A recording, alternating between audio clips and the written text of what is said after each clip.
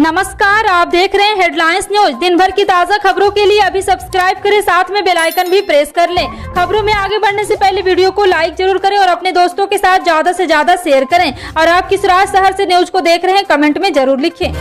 दिनों की तकरार के बीच दिल्ली के सीएम अरविंद केजरीवाल शुक्रवार को एलजी विनय कुमार सक्सेना के आवास पर वीकली बैठक के लिए पहुंचे। पिछले हफ्ते ये मुलाकात नहीं हो पाई थी। तय कार्यक्रम के मुताबिक हर शुक्रवार दिल्ली के उपराज्यपाल और मुख्यमंत्री की बैठक होनी। इस दौरान वे दिल्ली से जुड़े मुद्दों पर बात करते हैं, लेकिन आपको बता दें कि इस तकरार के बीच एक बैठक छूट गई। देश में बेरोजगारी की हालात का अंदाजा इस बात से आप लगा सकते हैं कि बीते 8 सालों में जितने लोगों ने सरकारी नौकरी के लिए आवेदन किया था, उसमें से केवल 0.3% लोगों को ही सरकार रोजगार दिलाने में सफल रही है। ये आंकड़े खुद सरकार के हैं। लोकसभा में सांसद अनुमूला रेवंत रेड्डी ने सरकार से सवाल किया कि 2014 के बाद से सरकारी विभागों में वो कितने लोगों को अस्थायी नौकरी दिला पाई है। इसके जवाब में कार्मिक विभाग और प्रधानमंत्री कार्यालय में राज्य मंत्री जितेंद्र सिंह ने कहा, 2014 के बाद से बीते 8 सालों में सरकारी नौकरियों के लिए कुल 22,05,238 आवेदन आए हैं, जिसमें से सरकार 7,22,311 लोगों को अस्थायी नौकरी देने में सफल रही है। राजस्थान के मुख्यमंत्री अशोक गहलोत ने शहरी क्षेत्र में सरकारी निकाय द्वारा निर्मित बहुमंजिला भवनों की आवासीय इकाई और फ्लैट्स की लीज को छूट देने का प्रस्ताव को मंजूरी दे दिया है। अब आम लोगों को आवासन मंडल, राजकीय उपक्रम और नगरीय निकाय द्वारा निर्मित बहुमंजिला भवनों में 50 लाख रुपए तक की आवासीय इकाई और फ्लैट की लीज रीट पर 6% की जगह 4% स्टाम्प ड्यूटी देनी होगी। इसके साथ ही वरिष्ठजनों के लिए नगरीय निकाय द्वारा आवंटित और बेचे गए भूखंडों के लिए जारी लीज डीड पर स्टाम्प ड्यूटी 6% से घटाकर 5% हो जाएगी। पंजीयन शुल्क 1% से घटकर 0.5% किए जाने का प्रावधान किया गया है। केंद्र सरकार ने रूस और यूक्रेन की जंग के दौरान भारत लौटे 20,000 मेडिकल छात्रों के भविष्य को लेकर आज बड़ा ऐलान किया। सरकार ने यूक्रेन से लौटे मेडिकल छात्रों को फॉरेन मेडिकल ग्रेजुएशन एग्जाम में बैठने की इजाजत दे दी है। विदेश मंत्रालय से मिली जानकारी के मुताबिक करीब 20,000 भारतीय छात्र यूक्रेन से लौटे हैं। बता दें कि कुछ दिन पहले ही राष्ट्रीय चिकित्सा आयोग ने नियमों का हवाला देते हुए जान बचाने के लिए करियर दांव पर लगाकर लौटे छात्रों को राहत देने से इनकार कर दिया।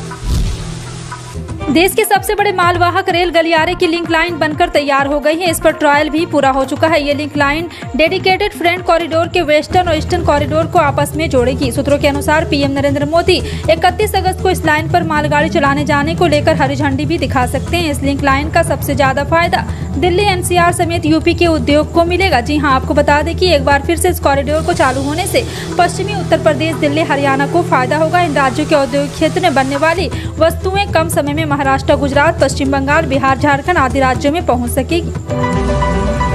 बिहार में महागठबंधन सरकार के मंत्रिमंडल विस्तार के कुछ ही देर बाद मंत्रालय और विभाग का भी बंटवारा कर दिया गया। मुख्यमंत्री नीतीश कुमार ने सामान्य प्रशासन विभाग और गृह मंत्रालय ने अपने पास रखा है, जबकि उप मुख्यमंत्री तेजस्वी यादव को स्वास्थ्य एवं पथ निर्माण विभाग का दायित्व सौंप दिया है। वहीं तेज प्रताप यादव को पर्यावरण और वन जलवायु परिवर्तन विभाग की जिम्मेदारी दी गई। नीतीश कुमार के नेतृत्व वाली महागठबंधन सरकार का मंत्रिमंडल विस्तार मंगलवार को ही हुआ। मानसून के सीजन में कई राज्यों में जमकर बारिश हुई। महाराष्ट्र, गुजरात जैसे राज्यों को बाढ़ जैसी स्थिति का सामना करना पड़ा, तो यूपी, दिल्ली जैसे राज्यों में उम्मीद के मुताबिक बारिश नहीं हुई। मौसम विभाग ने यूपी, उत्तराखंड, हिमाचल प्रदेश आदि राज्यों में आगामी दिनों के लिए मौसम का अपडेट जारी किया। छत्तीसगढ़, पश्चिम बंगाल में 19 और 20 अगस्त को बहुत भारी बारिश होने की, वहीं बिहार, यूपी, मध्य प्रदेश इलाकों में 20 अगस्त को तेज बारिश होने वाली। हिमाचल प्रदेश की बात करें तो 16, 19 और 20 अगस्त को गरज के साथ बहुत भारी बारिश होने की संभावना है। इसके अलावा उत्तराखंड में 18 से 20 अगस्त, पूर्वी उत्तर प्रदेश में 19 और 20 अगस्त को भारी बारिश होगी। सुप्रीम कोर्ट ने मंगलवार को कहा है कि मुस्लिमों में तलाक़े हसन के जरिए तलाक देने की प्रथा 3 तलाक की तरह नहीं है और महिलाओं के पास भी खुला का विकल्प है। 3 तलाक की तरह तलाक़े हसन भी तलाक देने का एक तरीका है, लेकिन इसमें 3 महीने में 3 बार एक निश्चित अंतराल के बाद तलाक बोलकर रिश्ता खत्म किया जाता है। इस्लाम में पुरुष तलाक ले सकता है, लेकिन जब कोई महिला खुला के जरिए अपने पति से अलग हो सकती है। न्यायमूर्ति एस के कौल और न्यायमूर्ति एम सुंदरेश की पीठ ने कहा कि अगर पति और पत्नी एक साथ नहीं रह सकते तो रिश्ता तोड़ने के इरादे में बदलाव न होने के आधार पर संविधान के अनुच्छेद 142 के तहत तलाक दिया जा सकता है। पीठ तलाक़े हसन और एक तरफा न्यायतर तलाक के सभी अन्य रूपों को अवैध और असंवैधानिक घोषित करने का अनुरोध करने वाली याचिका पर सुनवाई कर रही थी। दिल्ली के मुख्यमंत्री अरविंद केजरीवाल पीएम मोदी के रेवड़ी कल्चर वाले बयान से काफी दुखी है। शायद यही वजह है कि ऐसा ना कहने की अपील के साथ उन्होंने केंद्र सरकार को नसीहत तक दे डाली। केजरीवाल ने मंगलवार को केंद्र से आग्रह किया कि वह दिल्ली सरकार की विशेषज्ञता का इस्तेमाल पूरे भारत में स्कूली शिक्षा और स्वास्थ्य सुविधाओं पर सुधार के लिए करे, ताकि भारत को दुनिया में नंबर 1 देश बनाया जा सके। उन्होंने भारतीय जनता पार्टी ने केंद्र सरकार से निःशुल्क शिक्षा तथा स्वास्थ्य सेवाओं को मुफ्त की रेवड़ी न कहने का भी आग्रह किया है। छत्तीसगढ़ सरकार ने मंगलवार को राज्य सरकार के कर्मचारियों के लिए महंगाई भत्ते में 6% की बढ़ोतरी की घोषणा की। अधिकारियों ने बताया कि राज्य सरकार ने सरकारी कर्मचारियों के लिए महंगाई भत्ते में 6% की बढ़ोतरी कर दी है, जिसके बाद अब उन्हें 28% महंगाई भत्ता मिलेगा। उनके अनुसार इस बढ़ोतरी से राज्य सरकार के लगभग 3.80 लाख कर्मचारियों को लाभ मिलेगा।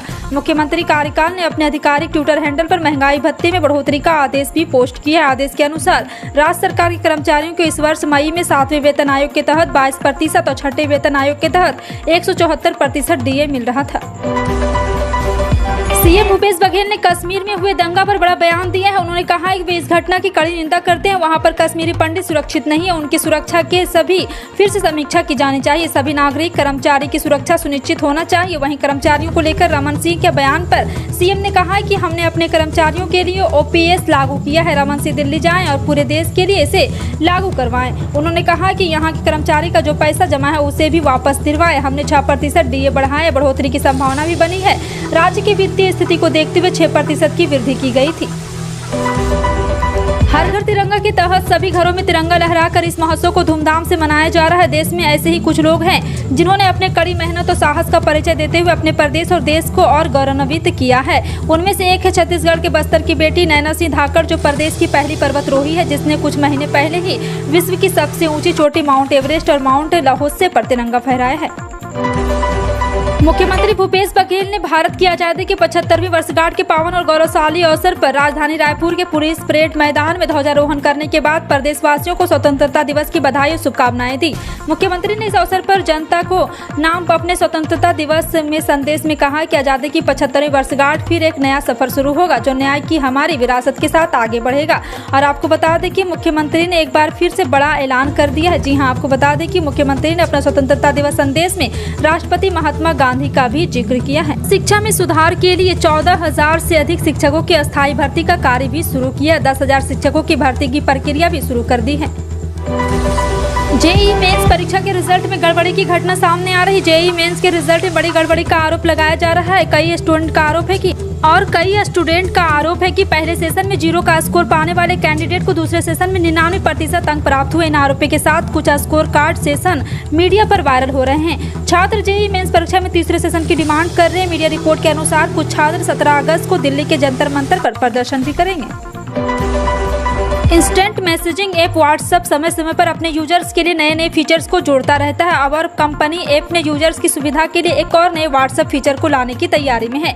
इस फीचर के आने से यूजर्स को काफी मदद मिलेगी। बता दें कि अक्सर यूजर्स डिलीट फॉर एवरीवन के बजाय गलती से डिलीट फॉर मी बटन दबा देते हैं, लेकिन अब इस गलती को सुधारा जा सकेगा।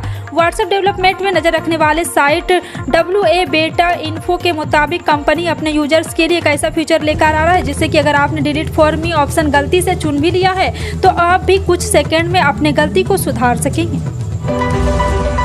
बिहार में नवगठित महागठबंधन सरकार के पहले कैबिनेट विस्तार में बिहार के मुख्यमंत्री नीतीश कुमार ने महत्वपूर्ण गृह विभाग अपने पास रखा है। वहीं उप मुख्यमंत्री तेजस्वी यादव ने स्वास्थ्य विभाग का पदभार संभाला है।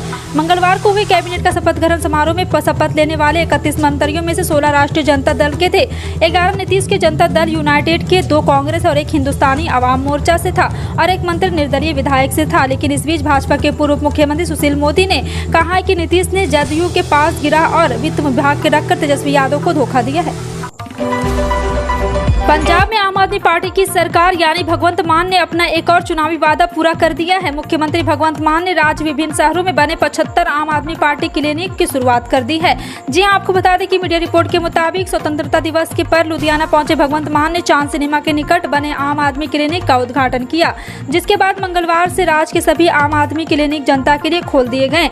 इस मौके पर मान ने कहा कि राज्य के लोगों को मुफ्त और बेहतर स्वास्थ्य सेवाएं उपलब्ध कराना उनकी सरकार की प्राथमिकता में शामिल है। सीएम भगवंत मान ने कहा है कि पहले चरण में 75 आम आदमी क्लिनिक खोले गए और इनकी शुरुआत स्वतंत्रता दिवस के ऐतिहासिक मौके पर की गई। इनमें आने वाले मरीजों को 100 क्लिनिक टेस्ट और 41 टेस्ट पैकेज के साथ मुफ्त इलाज और दवा की सुविधा भी मिलेगी।